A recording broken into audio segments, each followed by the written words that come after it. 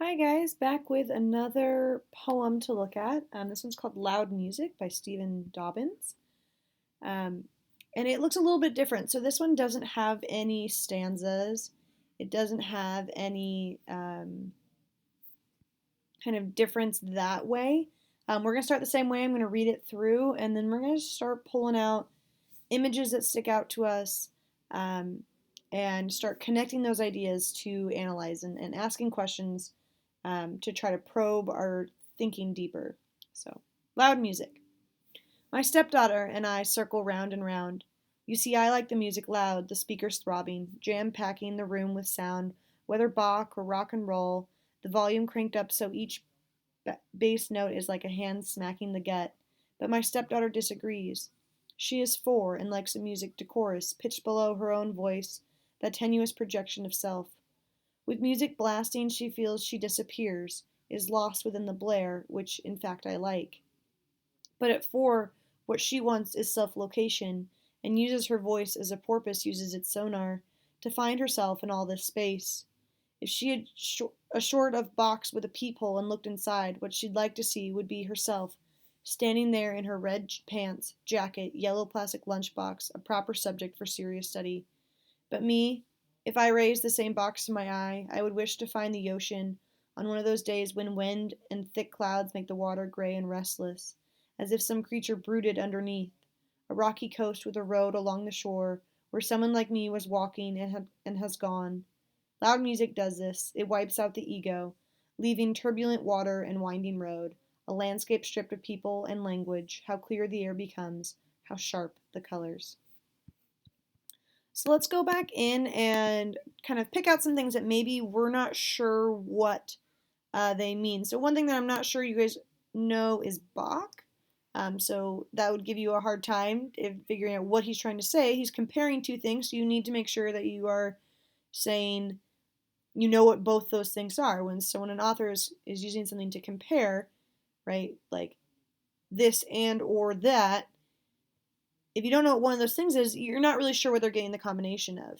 So Bach in this case is classical music, so he's talking about whether it's classical music or rock and roll, like that gives you an idea that he likes this no matter what, um, versus just like, oh, he's really into rock and roll and heavy metal or something like that. Um, some other words that I think maybe we just might not know. I'm going to go ahead and highlight. And you may know all these words, and that's awesome. Um, but those are some of the words. So if you want to pause now and go look those up, I'm not going to spend time looking those up for you guys, but those are kind of the ones that stuck out to me as words that probably you don't hear very often. Um, so then I thought I would go through, let's do the pink color, it's easy to see, and do kind of the imagery. So um,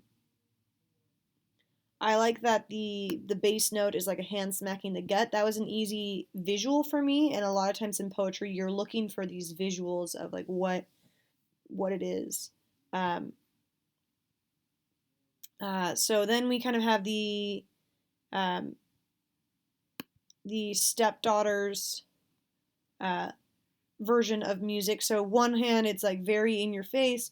On the other hand, it's more as a use of self-expression. Um, so in case you didn't pause and look it up and you didn't know what a porpoise was, it's a dolphin basically.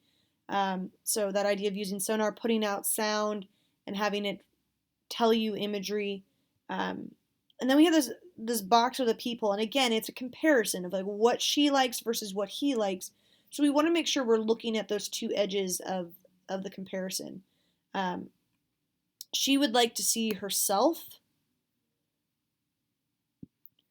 but he would like to see the ocean. Um, so when we look at things, especially when there's kind of two comparisons, we want to make sure we know because that's what probably the crux of the argument or the crux of the message is going to be about. Um, so I think this one really has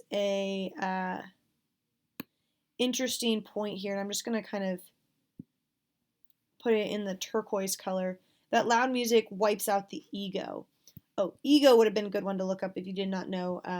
But you know when someone says like, oh, they have a big ego, or they're really, it's like they're really full of themselves. The ego is sort of like the sense of self. So when people say like, oh, they have a big ego, it's like they have a really large sense of self. They find themselves very important. Um, and so we kind of have this really interesting part of this poem of this older man, right? His stepdaughter, so we know he's older. How old, we don't know. She's only 4, so he could be anywhere probably from his 20s to his 50s. But we do see this idea of like, he wants to not see himself, he wants to be lost in some other idea, whereas she would like to see herself. And we see that, he talks about this peephole idea, right?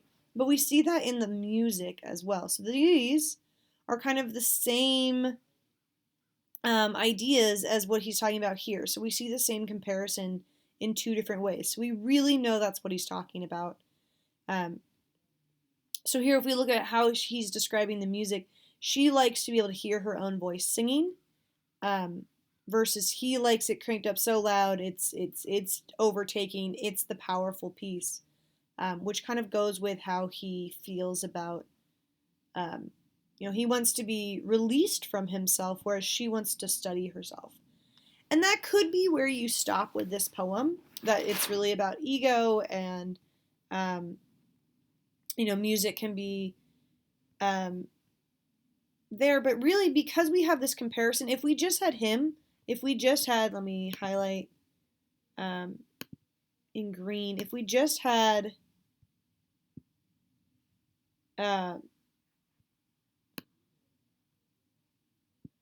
what's in green,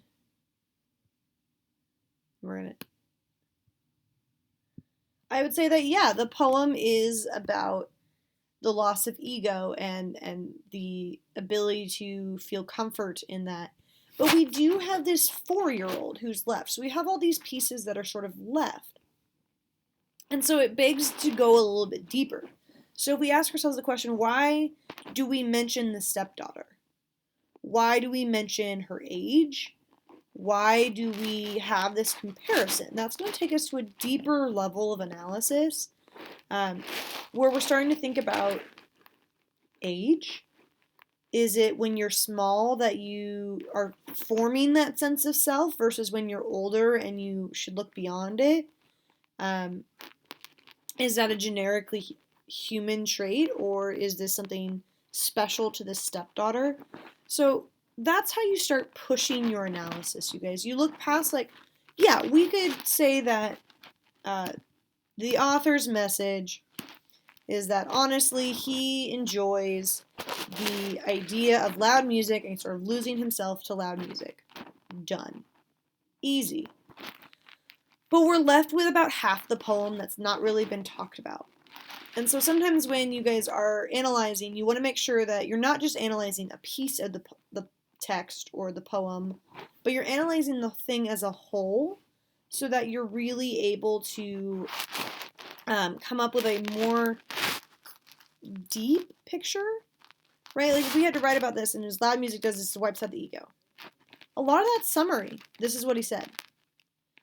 But if we start talking about how humanity should, once they find a sense of self, needs to begin exploring beyond it, that's when you're doing a lot of really great analysis, where you're going to have to put in a lot of what's happening in your mind, in the reader's mind, and the author's mind.